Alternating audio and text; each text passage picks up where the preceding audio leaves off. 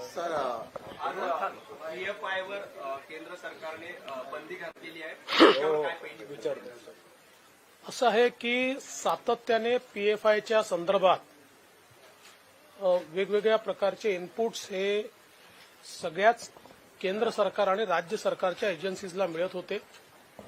विशेषतः आपल्याला माहिती आहे की जसं दहशतवादी कृत्य करून आपल्या देशाला खिळखिळ करण्याचा प्रयत्न काही लोक करतात, तसंच सायलेंटली वेगवेगळ्या मार्गातनं समाजामध्ये तेढ निर्माण करून आपल्या देशाचं सोशल फॅब्रिक हे त्या ठिकाणी डिस्ट्रॉय करून आणि वेगवेगळ्या समाजामध्ये तेढ निर्माण करण्याचं काम काही लोक करत होते. आणि पीएफआय त्याच्यामध्ये फार पुढे होतं.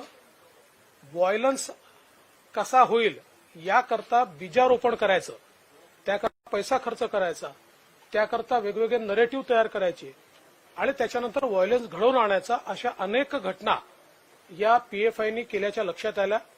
विशेषतः सर्वात पहिल्यांदा केरळ सरकारने ही मागणी केली की पीएफआयवर बंदी घातली पाहिजे. त्यानंतर वेगवेगळ्या सरकारनी या संदर्भात केंद्र सरकारशी पाठपुरावा केला आणि इतक्या मोठ्या प्रमाणात हे सगळे पुरावे उपलब्ध आहेत. आपल्याला कल्पना आहे मागच्या काळामध्ये महाराष्ट्रामध्येही कुठेतरी नॉर्थ ईस्टला मशिदी तोडल्या असा खोटा प्रचार करून आपल्याकडे मोर्चे काढण्यात आले आणि मोठ्या प्रमाणात अमरावतीसारख्या शहरांमध्ये आपण बघितलं असेल तर तोडफोड करण्यात आली, ज्याचा कुठलाही संबंध अशा प्रकारे कुठे मशिदी तोडल्या गेल्या नव्हत्या. त्याचे जे क्रिएटिव्ह होते ते बांगलादेशमधले होते, ते वेगवेगळ्या देशातले होते आणि अशा प्रकारचं हे सातत्याने कृत्य हे पीएफआयच्या माध्यमातून चाललं होतं. आणि याकरता त्यांनी काही फायनान्सिंग मॉडेल्सही तयार केले होते. विशेषतः खूप मोठ्या प्रमाणात अकाउंट्स उघडायचे आणि त्या अकाउंटमध्ये थोडा थोडा पैसा आणायचा, जेणेकरून कोणाच्या लक्षात येणार नाही. अशा अनेक बाबी त्यांनी केलेल्या आहेत. या सगळ्या गोष्टींचे पुरावे आता या ठिकाणी उपलब्ध आहेत. आता केंद्र सरकारने बंदी घातली आहे. प्रत्येक राज्याला आता त्या ठिकाणी कारवाई करण्याच्या संदर्भातलं नोटिफिकेशन जे आहे ते जारी करायचं आहे. महाराष्ट्रातही आम्ही त्या संदर्भातली कारवाई करू. आम्ही पीएफआय आणि त्याच्याशी संबंधित ज्या 6 संघटना आहेत ज्यांच्यावर बंदी घातलेली आहे त्याच्यावर पूर्णपणे त्यांना त्या ठिकाणी बंद करण्याची कारवाई केली जाईल. भाजपचे देखील पीएफआयच्या निशाण्यावर होते अशी देखील माहिती होती, काही थ्रेट होता काही लोकांना. अनेक गोष्टी. पीएफआय हा एक सायलेंट किलर होता.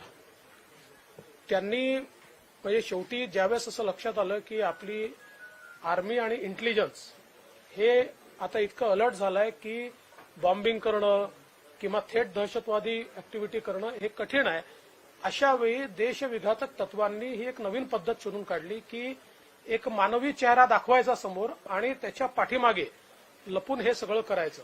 आणि सिमीला जेव्हापासून बंदी घालण्यात आली, पोस्ट सिमी काही लोक एकत्रित झाले आणि मग हळूहळू त्यांनी पीएफआय सारख्या वेगवेगळ्या संघटना काढल्या आणि त्यातनं अशा प्रकारची कृत्य त्या ठिकाणी सुरू केली. आणि त्याच्यामध्ये अनेक म्हणजे काही लोक त्यांच्या हिटलिस्टवर होते, काही टार्गेटवर होते, काही लोकांवर हल्ले करण्याचं त्या ठिकाणी षडयंत्र देखील होतं. त्यामुळे अशा अनेक गोष्टी त्या ठिकाणी होत्या. मला असं वाटतं की आता या सगळ्या गोष्टी बाहेर येतील. ऑपरेशन सुरू आहे, त्यामध्ये जवळपास आता दुसऱ्या टप्प्यात 170 जणांना आतापर्यंत ताब्यात घेण्यात आलं आहे. त्यामध्ये महाराष्ट्रात पण अनेक ठिकाणी औरंगाबाद असेल, ठाणे असेल, नवी मुंबई असेल याचा भाग आहे. आता महाराष्ट्रामध्ये यापुढील काळामध्ये ते ऑपरेशन आणखी वाढवण्यात येणार आहे का? याच्यामध्ये वेगवेगळे जे काही केडरचे लोक आहेत त्यांच्या सहभागाप्रमाणे या ठिकाणी कारवाई होते. काही लोकांवर केवळ 151(3) ची कारवाई झाली आहे, काही लोकांवर 107 ची कारवाई होते आहे. त्यामुळे त्यांच्या सहभागाप्रमाणे प्रिव्हेंटिव्ह ऍक्शन, जेणेकरून काही लोक हे केवळ आयडेंटिफाय केले जातील आणि त्यांच्यावर लक्ष ठेवलं जाईल. अशा प्रकारे काही सरसकट सगळे एकाच कॅटेगरीत पकडले जात नाहीत. ज्यांनी जशी कारवाई केली असेल तशा प्रकारे त्यांच्यावर कारवाई होईल. गृहमंत्रालयाने 7 ते 8च्या संघटना संस्था आहेत टार्गेट होतं आणि त्याचबरोबर असे काही स्लीपर सेल तुम्ही कारवाई करत असताना असू शकतात का, तशी भीती शंका आहे? ते हे आहेच. अशा प्रकारचे शेवटी मी जसं मगाशी सांगितलं की आता 6 फ्रंटल ऑर्गनायझेशन्स लक्षात आलेले आहेत. त्या 6 फ्रंटल ऑर्गनायझेशन्सच्या व्यतिरिक्तही काही छोटे ऑर्गनायझेशन्स त्याच्याशी कनेक्ट असू शकतात. त्याही आता शोधून काढण्यात येतील. आणि आता एक प्राथमिक अंदाज आहे की यांनी खूप मोठ्या प्रमाणात छोटे छोटे अकाउंट्स उघडले आहेत. त्यामुळे कुठल्या कुठल्या अकाउंट्समध्ये कुठून पैसे आले आहेत, कुठून बाहेरून आले आहेत का, कोण ते फंडिंग करताय, असं सगळं त्याचं जे कनेक्शन आहे ते जोडावं लागेल आणि त्यानंतर मग हा सगळा जो काही त्यांचा डिझाईन आहे तो बाहेर येईल. 7 ते 8 संघटनांवरती आता बंदी आलेली आहे, संलग्न संघटना. त्याच्याबरोबर राजकारण दिसून येते. काँग्रेसचे जे खासदार आहेत आणि लोकसभेतले प्रबुद्ध आहेत सुनील यांनी कुठेतरी मागणी केलेली आहे की आरएसएसवर सुद्धा अशा प्रकारची बंदी आणायला हवी, कारण आरएसएस मार्फत हिंदू दहशतवाद पसरला जातो असा आरोप त्यांनी केला. कसं आहे, असं मूर्खासारखं बोलणारे अनेक लोक आहेत. या देशामध्ये कायदा आहे, संविधान आहे, पुरावे लागतात. एका तरी राज्यामध्ये भाजपच्या सोडा, भाजप बाहेरच्या एका तरी राज्यामध्ये एक तरी इन्सिडन्स आरएसएसच्या विरोधातला ते शोधू शकले का? नाही शोधू शकले.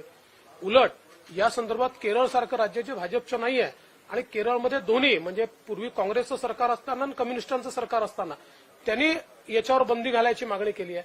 त्यामुळे अशा मूर्खासारख्या बोलणाऱ्या लोकांना ज्यांची अक्कल कमी आहे अशा लोकांना मी उत्तर देत नाही. सर, एक वेगळ्या एजन्सी नेमणार आहात का एटीएस प्रमाणेच? काही वेगळ्या एजन्सीजची गरज नाही आहे, त्या एजन्सीच करतात. सर, हिंदी में जानना चाहेंगे कि पीएफआई पर जिस तरह से किस तरह से देखते हैं, बहुत सारे एलिगेशंस हैं उनके, right from money laundering to terrorism as well as anti-national activities. So what would you have to say?